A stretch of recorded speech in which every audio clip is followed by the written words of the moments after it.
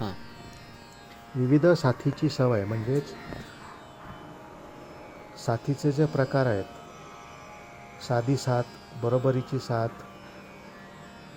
मागोवा घेत साथ करणं किंवा भरणायुक्त साथ संगत इत्यादी जे प्रकार आहेत साथीचे, त्या सगळ्या प्रकारांची सवय पाहिजे. म्हणजे असं की समजा तुम्हाला यातली फक्त एकाच प्रकारची सवय आहे व सीधा ठेका देणं किंवा सीधा साथ संगत की ज्याच्यामध्ये काही ठेक्याचा भरणा नाही, मध्ये मध्ये वाजवणं नाही, उपजंगाने वाजवणं नाही, लयकारीने वाजवणं नाही, बरोबरीने वाजवणं नाही, हे कुठल्याही प्रकारचं तुम्ही करत नाही आहात. नुसती साधी साथ संगत आपली तुमची आहे. आणि तुम्हाला समजा असा प्रसंग आला की एखाद्या चांगल्या गायकाबरोबर वाजवायचं असेल आणि तो तुम्हाला सारखं म्हणतो आहे वाजवा वाजवा आणि तुम्ही काहीच वाजवत नाही, तर हे पण बरोबर नाही.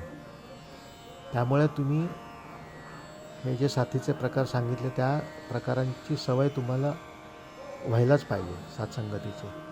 म्हणजे नुसता ठेका पण वाजवण्याची सवय पाहिजे, भरणायुक्त ठेक्याची पण सवय पाहिजे, बरोबरीने वाजवण्याची सवय पाहिजे, लयकारीचं वाजन करण्याची सवय पाहिजे. गायकालाप करत असताना उगाच त्या म्हणजे गाणं कसं चाललं याचा पण अंदाज घेतला पाहिजे ना आपण थोडक्यात. नाही तो तर आहेच आहे, पण तरीसुद्धा तुम्हाला जर ठेक्याची सवय नसेल, वेगवेगळ्या पद्धतीचा ठेका कसा वाजतो त्याची जर सवय नसेल तर तुम्ही काय साथसंगत करणार ना. ते तर आहे. एका चांगल्या संगतकाराचं लक्षण नाही आहे.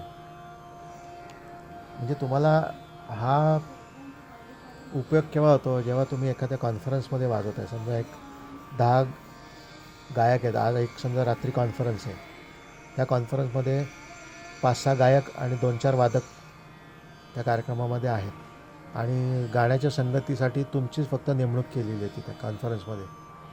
तर तुम्हाला आता त्या कॉन्फरन्समधील 6-7 गायकांबरोबर तुम्हाला साथसंगत करायची आहे आणि ते 6-7 गायकसुद्धा वेगवेगळ्या घराण्याचे, वेगवेगळ्या गुरूंचे शिष्य आहेत. मग अशा प्रसंगी तुम्ही काय करणार?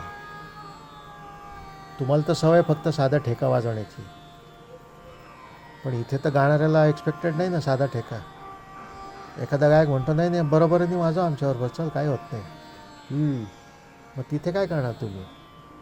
तर म्हणून तुम्हाला ती सवय पाहिजे. नाही तर मग काय होईल, अरे यार वो ठीक आहे वो संगत कर, वो खाली सीधा ठेका देता है, वो कुछ बजाता नाही आहे, असं होतं नाव. मग म्हणजे त्याचा परिणाम परत प्रोग्रामवर पण होतो, तुमच्यावर पण होतो आणि तुमच्या करिअरवर पण होतो, त्या गायकावर पण होतो, कारण मग त्याला त्याचं गाणं बदलायला लागतं. त्यामुळे तुम्हाला विविध साथीच्या प्रकारांची सवय पाहिजे. म्हणजे साथ हा गाण्याची, नृत्याची, इन्स्ट्रुमेंटची असं नाही आहे, तबल्यातल्याच ख्याल गायनाबरोबरच्या विविध साथींची सवय पाहिजे. बरं. जे आत्ता सांगितलं की सैदा ठेका, बरोबरीने वाजवणं, भरून वाजवणं, ठेका भरून वाजवणं, ह्याची सवय पाहिजे तुम्हाला. तर ह्या साथींची सवय खूप गरजेचं आहे.